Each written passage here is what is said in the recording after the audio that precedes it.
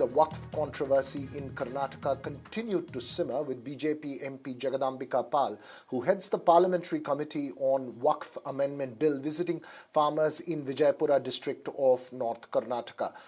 Flanked by BJP leaders, Pal received a memorandum from some of the farmers and said some of them had the land to which notices were issued for more than 5 decades. The Congress had already announced that it has withdrawn the notices sent to some farmers claiming their land as Waqf property, but the BJP has been on the offensive in the state and has demanded a permanent rectification of land records to protect the farmers from any future claims. While the Congress hit back and alleged that the issue is being raked up for political reasons, the continued offensive by the BJP seems timed to impact the by-polls to 3 assembly constituencies in the state. Team at Bengaluru in last week. Tomorrow I am going to Guwahati along with the chairman. Here now, farmers they were agreed, and Mr. Tejasvi Surya, he has invited me that please come to Hubli, Bijapur, because number of farmers are quite agreed. You have to meet. अब ये बताइए कि अगर किसी राज्य में कहीं पे कोई किसान एग्रीड है और मैं वक्फ कमेटी का चेयरमैन हूँ और इस समय मैं रिपोर्ट तैयार कर रहा हूँ तो मैं कहीं कमेटी के साथ भी जा रहा हूँ. This is all a political drama. Since the election is there, they are no way connected. It is a state land, is a state subject. But my government is committed. We will not change any record. We will all rectify it. We don't want to affect any farmers. This is all started by BJP. And they are trying to put the blame on us. We don't mind. The JPC doesn't have any powers to enter. Already my Chief Minister and my Revenue Minister has all said on record, all farmers will be protected at any cost. This is a classic case of misuse of Waqf powers,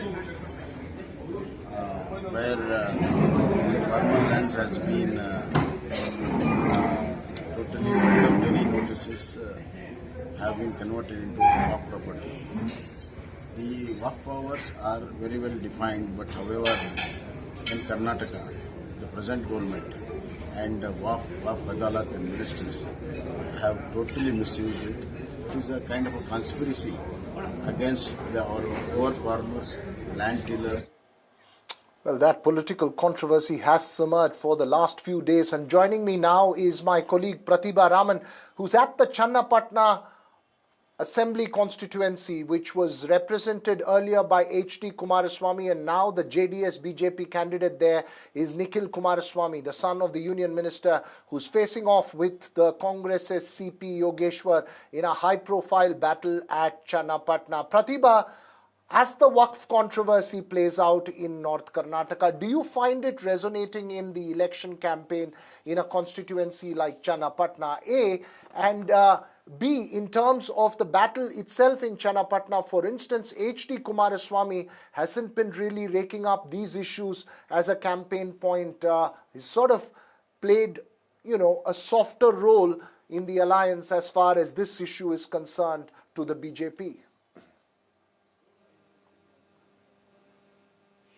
Well, you have the answer in the second part of your question, Veera, because when I did meet H.D. Kumaraswamy today during his campaign in Channapatna, I did question him about the Waqf controversy and he dismissed it. He said he will talk about it later. So there seems to be a softer approach that has been adopted by the JDS. However, its ally, the BJP, has been going hammer and tongs with respect to the Waqf controversy and have been trying to keep it alive despite the Karnataka government promising that they would be withdrawing the notices.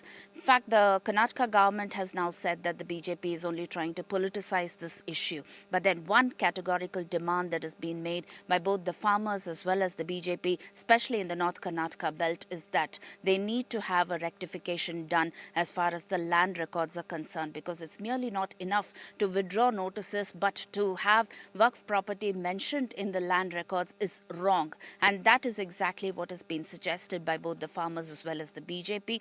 Despite the these kind of assurances made by the Karnataka government. The BJP held its statewide protest on November 4th and seems to be continuing to stage such protests. In fact, even today there were protests held both in Dharwad, Hubli region as well as Vijaypura region, talking about how this definitely needs some kind of a solution from the Karnataka government. So all eyes are on how the Karnataka government would play this up, because we are talking of three important constituencies that are getting into election mode, especially in rural Karnataka. Back to you. Right. Right, and the constituency that you are in at the moment is perhaps an example of the undercurrents of Karnataka politics, the mysterious personal equations and political equations that play out in the old Mysuru region. We'll keep a close focus on that and the other two constituencies, including one that was represented by former Chief Minister Basvaraj Bommai, and now the candidate there is his son.